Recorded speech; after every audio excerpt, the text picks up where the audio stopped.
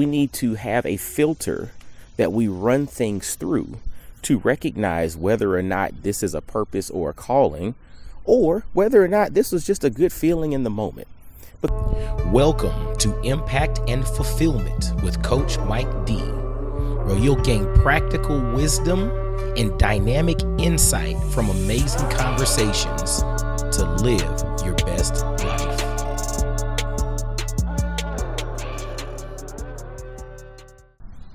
What's going on, y'all? This is Coach Mike D with another episode of Impact and Fulfillment. Hope you're having an amazing day, and I hope you are getting out there and, having a little bit of fun today. The thing is, life is way too short not to have some fun. Yes, I remember Frederick Douglass said, no work, no progress, right? But we also have to be mindful of all work and no fun makes life a little bit of a drag as well, right? So we have to work, we have to push, we have to do difficult things, we have to find joy in the process, but we also have to enjoy ourselves as well. And it's probably smart to focus every day on getting a little bit of all of it, right? Get a little bit of work, do something hard, do something difficult, but also make sure you do something fun as well, right? We need to get a little bit of all of it. It's like the flavors, that you have access to, through your tongue, right? A lot of times we focus specifically on what's sweet or what's salty, right?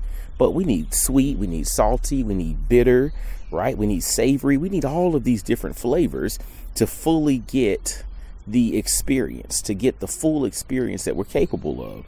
And that's something that at times we limit ourselves to simply due to what we've had experience with thus far. But the reality is we need to experience it all, because put it this way, you wouldn't have the ability to taste those different flavors if there was not a benefit to you experiencing those different flavors periodically. Let that sit on you. But as we talk about experience and moving forward, there's a lot of conversation around purpose and calling.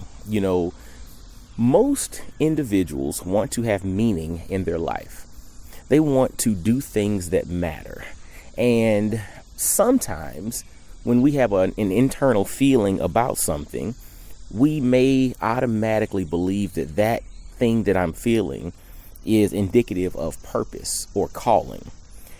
And I recently listened to an conversation with Tom Bilyeu and Robert Greene, and they didn't talk long about it, but they gave a little quick snippet about this concept of false paths, people being on false paths.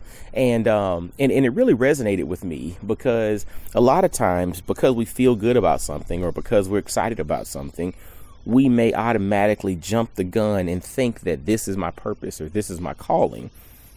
Whereas we need to have a filter that we run things through to recognize whether or not this is a purpose or a calling, or whether or not this was just a good feeling in the moment.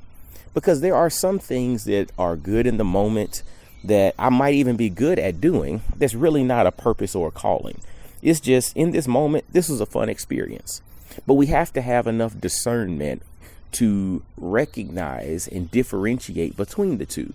Because if not, we can get ourselves on a false path.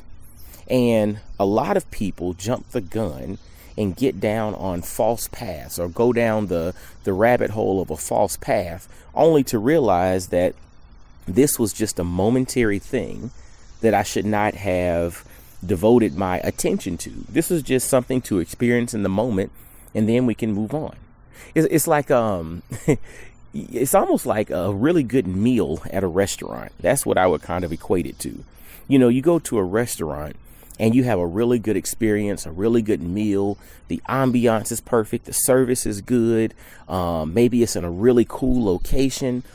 And so because that was so awesome, at times we feel the need to want to go home and try to replicate that experience. But the reality is we can never replicate that experience, because that experience was designed for that specific moment. That was not designed for us to copy and paste and do continuously, for the rest of our lives at home. Some things are, but a lot of things aren't. A lot of things are designed specifically for that moment. And when we try to replicate or repeat that situation or experience that was designed for that one specific moment, we come to realize that we can't do that effectively because that's not how this thing was designed. Then there's another side to it. If that thing that was special, that I have vivid memories of, if I try to replicate that continuously, that actually diminishes the impact of that experience that I had. Because if you have it once, it's like, that's something special. If I start having it every day, at some point you just take it for granted. So be mindful of the concept of false paths. Realize or have the question or run the question through whether or not this is something that I'm supposed to, dive into a little bit more, or is this specifically designed as an experience that I'm supposed to have right now, and that's it. And I'm supposed to enjoy it, formulate memories, learn something from it. But that's what this thing is. And the thing is, we just have to guard ourselves from going down false paths. Guard ourselves from going down false paths. And the reason we need to guard ourselves from going down false paths is because life is precious. And life is, I look at it through the lens of abundance. But I also understand that our physical life does have a time limit, right? There is an expiration date on our physical life. So therefore, because this thing is so special, because this thing is so precious, and because this is uniquely mine, I want to make sure that I'm optimizing it. And for me personally, that means that I do not want to waste time, precious time, on false paths. I want to make sure that I'm spending my time doing things that actually move the needle, doing things that bring myself, my family, those that I connect with, and those that maybe are paying attention to what I'm doing, bringing them joy, solving problems, having some fun in the process, doing some hard things. I want to be doing all of that, but I want to make sure that I'm doing that continuously because, again, our physical life does have an expiration date. So let's make the most of it. Let's make sure that we're not on false paths. And as I mentioned earlier, let's also have a little bit of fun.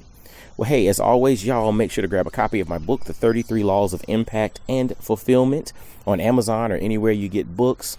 It's on Audible as well, in audiobook form, ebook form, all of that, man. Y'all grab a copy.